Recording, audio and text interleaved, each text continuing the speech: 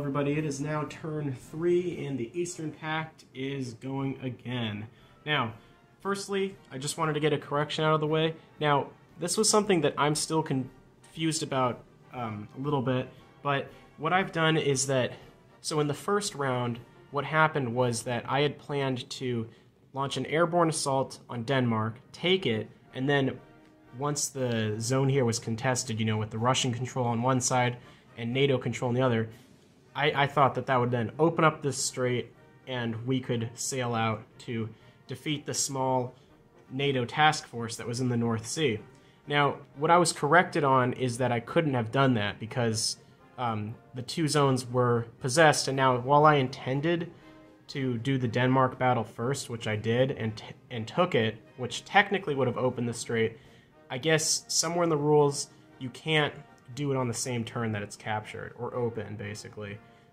Now, I read through the rulebook and I couldn't catch anything in my little skimming through, so whoever, there was a couple that had mentioned this this correction, and I was just wondering basically where in the rulebook that is, but I assumed that that is true. I do remember in other Axis and Allies games, I think it works similar to that, with like canals. So yeah, like I said, if you could maybe leave down below where that might be. But what I've done is I've given back the Russian Navy that was lost in the North Sea, and I have also given back just the NATO LHD and frigate. I did not give back the lost Russian helicopter and fighter, just as like a little condolence to those were maybe lost somewhere else if they were used somewhere else in the game. So now that that is out of the way, I guess I can get into the main combats of this game, or of this round, and there are a lot. Or a lot of big ones too that are. It looks like the Pact is going on a massive offensive to try and cripple the Allies once and for all. So first off, you can see that in Mexico and Panama, their forces are on a halt order because they really can't do much there with the 2 infantry that they have. Out here in the Atlantic now, I was about to move these subs to block sea lift to Europe, but for one, the Americans are kind of locked down in eliminating the Russian threat in the Americas, so I decided to take this opportunity to try and sink, or at least severely cripple, that carrier in the mid-Atlantic. And instead of using more cruise missiles, because there's nothing in that zone such as a helicopter or frigate to strike back, I'm going to fire with those submarines and hopefully knock out that supercarrier. And if so, and I may even push the attack, because losing a sub or even 2 and knocking out that carrier will be a huge blow to the Americans.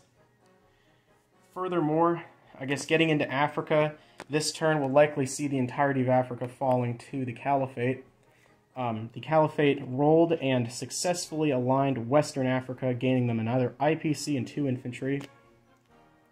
Over here, the Caliphate are moving into an undefended NATO-controlled Central African states, and their main army split up, and they have sent down a small force of units to take the South African coalition. And now that I look at it, I'm going to bring the infantry that was here down, and bring this infantry over to cap that.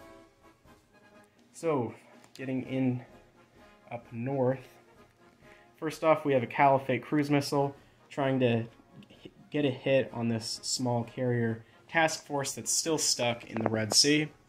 We have a big Caliphate offensive into Turkey, as you can see there. We have a Russian sub that is going to actually, again, like out in the Atlantic, instead of using their cruise missile, they're sailing right in here, trying to get a hit on that supercarrier there. I mean, not supercarrier, LHD, and maybe sink that, knocking out the Mediterranean Air Force in the process, which will have to land somewhere else. Getting into some Russian attacks, we have a big Russian attack into the Balkan states, and hopefully taking that out. we have nothing going on up top. The Russians want to try to consolidate, take out the Baltic states. They're going to thin out, hopefully, forces in Germany by firing that cruise missile there. They are, though, going for Scandinavia up top with a small force, but hopefully that drone and fighter will help out and knock out those infantry defending up there. Alright, and then getting into the big battles of this turn, or the very important ones. First off, we have a all-out Chinese and Caliphate offensive into India. And if we move over to the battle board, we can see that I've already set this up.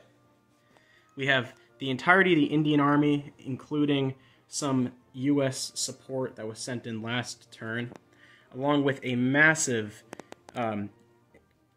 Caliphate and Chinese land army, along with a couple of Chinese airborne, and a combined Caliphate Chinese Air Force, and a couple of cruise missiles. And one thing they will have to contend with, too, is that Pacific Coalition infantry defending in a home territory get a +1 defense on their first round of combat. So those infantry are now up to 5. Coming into the South Pacific here, we have this submarine came over here and fired its cruise missile into India. It was attacked last turn but submerged, so it's off silent running now. We have 2 helicopters coming from the Sea of Japan and Indonesia to attack that U.S. submarine there. This tank is in Taiwan, which is off the map. Then we have a cruise missile that's also coming for... Let's see, hold on a second. Actually, this cruise missile was fired at India instead of this task force here. Oh, another thing that happened was that China aligned the Philippines this turn, which is another huge blow in the South Pacific. The Pacific Coalition were hoping to align that territory to help support some of their last holdings down there, but that has now failed as China and its red banner reigns over Southeast Asia. And then lastly, a really important attack for the Eastern Pact is up here. So first off, we have a Russian cruise missile coming for Hawaii. We have 2 Chinese cruise missiles flying in to knock out some ships of the U.S. Pacific Fleet, and the Chinese Navy has sailed out of the Sea of Japan and come up to Alaska, which is only defended by a fighter, and there they are bringing in 2 MBTs and 2 fighters. They're likely going to take that this turn, and yeah, it's going to be a big thing for the Allies to have to contend with a Chinese land assault on the Northern American frontier. So that is all of the combats, and we're kind of doing this backwards, but I'll show you the purchases. The Chinese purchased 2 new cruise missiles, 2 more anti-ship ballistic missiles, 2 frigates, and 2 airborne to help push their gains and defend some of their wide-reaching territories with using those frigates. The Russians purchased, I don't know exactly, 1, 2, 3, 4, 5, 6, 7, 8 more infantry, 2 new MBTs, and they saved a buck.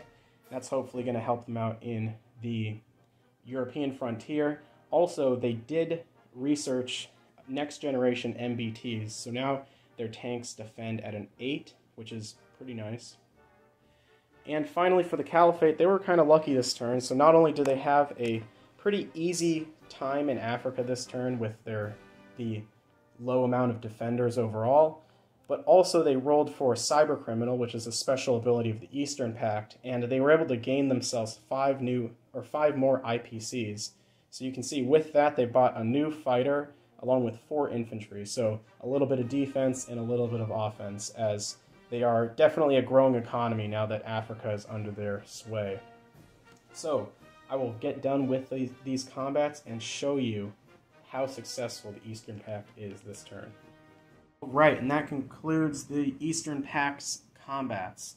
So, no success in the Med with that submarine down there, but across the board, except for one battle, the Eastern Pact did extremely well. As you can see now, the Caliphate reigns over the entirety of Africa, plus their new gains into southern Europe with their invasion of and conquering of Turkey. Up north, the Russians take back the Balkan states with a bunch of tanks and helicopters left, and they take Scandinavia. Their cruise missile did work and took out a helicopter in Germany, and probably one of the big successes for the Russians this turn is that they, I guess I would call it a minor success, is that they lost their 2 subs, but they did succeed in sinking this supercarrier. And while those submarines were pretty important, the fact that the U.S. is going to have to either devote an entire new supercarrier to their income spending, and also just not having one for a turn is going to kind of be a burden to them. These fighters are going to have to land on a adjacent zone, and the only friendly one is Spain. That means a little bit more than landing on the Canary Islands. So, getting into other combats that occurred. Now, the big one that I talked about that did not go too well was in India. The only survivors of the Indian campaign were the Iranian troops, which had to retreat out of India. The Chinese were completely wiped out, save for 2 fighter jets. Their entire infantry army was destroyed, and in a retreat, airborne cannot move out, so they lost their whole airborne arm, which was... I was hoping at least if in a retreat I could pull those airborne out, but then I checked the rules and saw that they cannot, so they were lost in combat. So definitely a major loss for the Chinese and Middle Eastern Caliphate on India, because not taking that, we were so close to taking India and knocking out those IRBMs, but it was not to be. Over down south, the Chinese also failed to take out that attack sub. They did have success up here in Alaska, though, similar to one of my favorite game franchises, Fallout. The Chinese invaded Anchorage, Alaska, and now conquered it. They lost 1 fighter to the American fighter. They elected to choose the fighter since having, they can build infantry up here, 1 per turn, and also shuttle in new units, but to have some heavy ground support being on the ground. Fighters can be built and flown back up here. Tanks are a little harder to get up here. So that was what happened in Alaska. Another big success was over here in the U.S. Pacific Fleet, where the Chinese cruise missile assault succeeded in knocking out an LHD. So now the Americans have no way of transporting troops to make offensive actions for the time being, and that LHD being destroyed, the Americans elected to send this attack helicopter and drone to land in Canada, mainly just as a stopgap measure to help get some more troops on the ground in Canada to help stop the Chinese offensive up there in the north. Other than that, that is all the combat conclusions, so now I will go into non-combat. So first off, I guess you kind of saw fighter from Alaska is landing on the supercarrier. Over here, I'm just going to do, let's get everything to show up, because we're going to do some Russian movements. I guess first off with China, these attack helicopters are going to have to land. So their drone has 1 space, he's going to land back in Southeast Asia. An attack helicopter will land in Southeast Asia, and the other one will land, let's put him probably in South China. Get a flight stand going for him. 1, 2, 3, yeah. Wait, 1, 2, 3, 4. Actually, this guy he came from the Sea of Japan. He went 1, and he can actually, he has the range to come all the way back up. Actually, we're going to leave him down south. We could bring him up to the fleet, but we're going to leave him south because he can hunt down some subs that are down there, because if we knock out the rest of the submarine fleet of the Allies, that'll be a big help on the safety of Southeast Asia. So moving on, the Russians, so there's no American airborne threat or sea threat to the Russian Siberian holdings, and having this air power devoted over here, at least for the time being, is not necessary. So we will be moving these fighters out. So this guy can go 1, 2, 3, and 4. Yeah, we'll move him there. The guy in Amur is going to go 1, 2, 3, 4, up a little closer to help maybe guard that airbase. And those can finally get used again in combat. Again, with no threat anywhere. I don't see any airborne. Actually, 1, 2, 3, 4. Never mind. Now that I see it, the Americans can, in fact, launch an airborne attack from Guam. 1, 2, 3. 1, 2, 3, 4. Yeah. So they would be able to go through Amur and maybe take out either North Yakutia or those that Southern Yakutan ICBM base. So we'll leave one fighter behind to help safeguard that. 1, 2, 3, 4. So let's see. These guys don't really need to be here anymore. We're gonna move them. We're gonna rail them 1, 2 to guard the Central Caliphate. Actually, 1, 2. We're gonna put them in southern Ukraine. We need all the forces we can get in Europe to help try to stem the tide of the conflict. And we will be moving. So this airborne is going to go. Let's put the camera down. So Russia does have one airlift because this airbase was knocked out, so they weren't able to participate in combat this turn. But we'll move him to the Caucasus, and maybe he'll be able to make. Actually, we'll go. Go to Moscow, and hopefully that airbase doesn't get shut down on us. The drone in Scandinavia is going to land on the carrier here.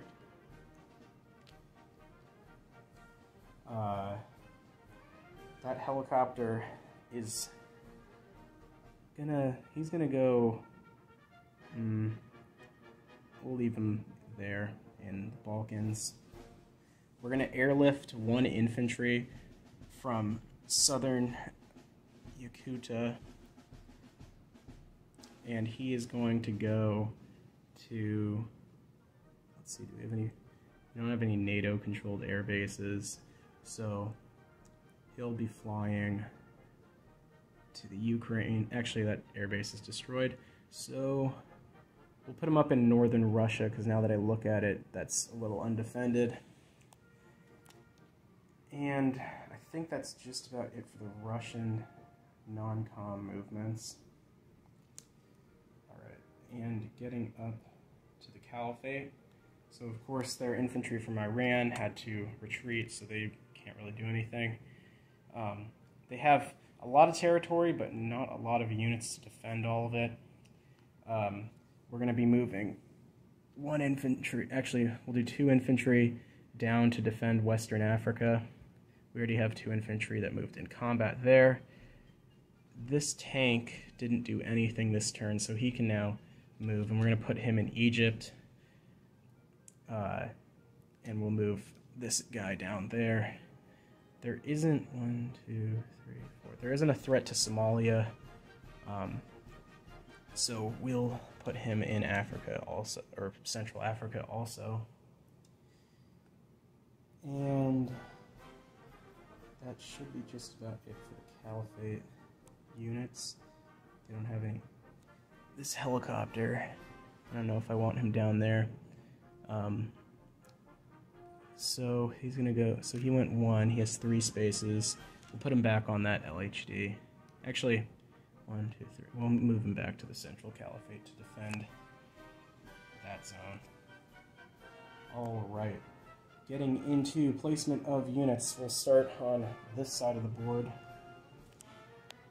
I was debating on it, but I decided to, just because of the little successes I've been having against the Americans, you know, pestering them and such, we're going to be placing an infantry into Mexico and an infantry into Panama to help stall the Americans in their conquest, and who knows, maybe next turn we'll get Peru and keep up the offensive down there to keep the Americans occupied. Alright, and the rest of the Russian purchases will be placed in Europe. We've got 2 new MBTs, one here, because we already controlled it. We can't do anything in the newly captured territory. And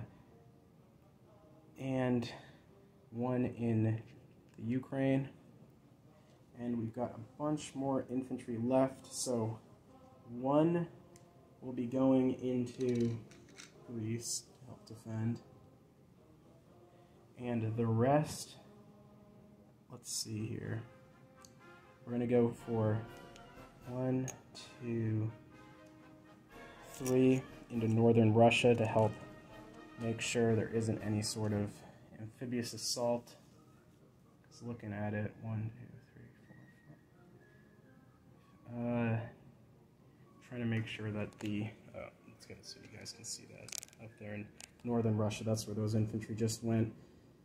NATO could come in with a small amphibious assault, but I think that these guys should be able to sit here, and we'll move. The fighter that came from Siberia will land in Moscow, so he can scramble if he really needs to. All right, and we do have 1 infantry left for the Russians, and he will be going into Baltic states. All right, actually, we'll put him in Ukraine as well, because if NATO decides to counterattack into the Balkans, we can move in with a little bit more force. Alright, now getting to the Caliphate. The thing is I'm kind of trying to disperse some of my units because I'm also controlling the Allies, and I may decide on a nuclear attack, but with such dispersion, I don't know if I want to risk anything against the Caliphate anyways. But the Caliphate now have a new fighter to go into their air force, which is nice because they lost their last, oh yeah, I didn't mention that they lost their last one to the Chinese, and now to the Indians, and now they don't have any left. So we're gonna build a fighter in, we'll go, I'm trying to think, like, let's put him, we're gonna put him on the LHD, because if there is nukes used, and a nuclear cruise missile is sent against the LHD, because you can't target it with other ground-based weapons, there's a low chance of that fighter being hit. It's just less than something like here, where if you fired a cruise or any kind of nuke into this territory, that's just an auto kill for that helicopter there. And I don't want to leave that fighter there either, because high yield weapons like an ICBM, that's pretty much automatically killing 3 units because it has a +2. So even if you were to roll a 1, it's going to +2 it, and that's a 3. So it's impossible to miss with nukes, pretty much. Except for nuclear cruise missiles, I'm pretty sure, yeah. So that's it for the Caliphate. Oh, actually 4 more infantry for the Caliphate to place. We're going to go with 1 in Somalia. 1 in Egypt, 1 in the Central, and 1 over here in Iran. And lastly, we have the Chinese. Alright, so I guess non-combats, we need some new defenders in to avert the crisis in Southeast Asia. We're going to be moving down 2 infantry. We are going to airlift. I don't want anything to happen in Japan, so I don't like those U.S. airborne being in Guam. That's actually a pretty nice spot for them to just sit and wait, since we don't have many fighters to stall them. Should have probably left an LHD down there or something to counteract that. But we need to defend our ICBMs because those are our biggest asset as the Chinese. 1, 2, 3, 4. They can land just about anywhere. We're gonna go with, we'll help out. We'll take some of the North Korean reserves out of here. So that's 2 infantry out of North Korea to help shore up lines elsewhere. And they can rail, as we have 2 strategic rail, so they can move 6 spaces. We're going to go with 1 in South China, 1 down here in Southeast Asia. We are going to airlift somebody from the Philippines. One of these Filipino guys. He is going to go into South China as well to help defend that. So we've got 2 infantry everywhere. While the U.S. does have these airborne, and they can hit anywhere in China, they've only got, airborne aren't going to be great on attack, and the U.S. doesn't have much air power to help support them. So they should be their offensive capabilities should be minimized because of that. So in the place units, they bought a couple of new cruise missiles and such, so those just get placed off the board. Alright, and then getting into, they've got 2 new airborne. We're going to go with those into South China and kind of reach a little bit of everything. Although, 1, 2, 3, yeah, they're not going to be able to help support any sort of American offensive, so they'll just be focused down there in South China. Yeah, and then we have 2 frigates. Actually, we're going to move the airborne into Southeast Asia just to help defend that. It's likely that they, we'll keep them in South China. And 2 new frigates. Could go into Japan with those, just to keep, we'll keep that contested, those waters, in case that fleet down south decides to want to push their luck and come up north. And I think that's just about it. So, hope you guys enjoyed this video, and I hope to see you guys in the next one, where the Allies may have to use some nukes to combat the ever-growing, powerful Eastern Pact forces. Cobra, out.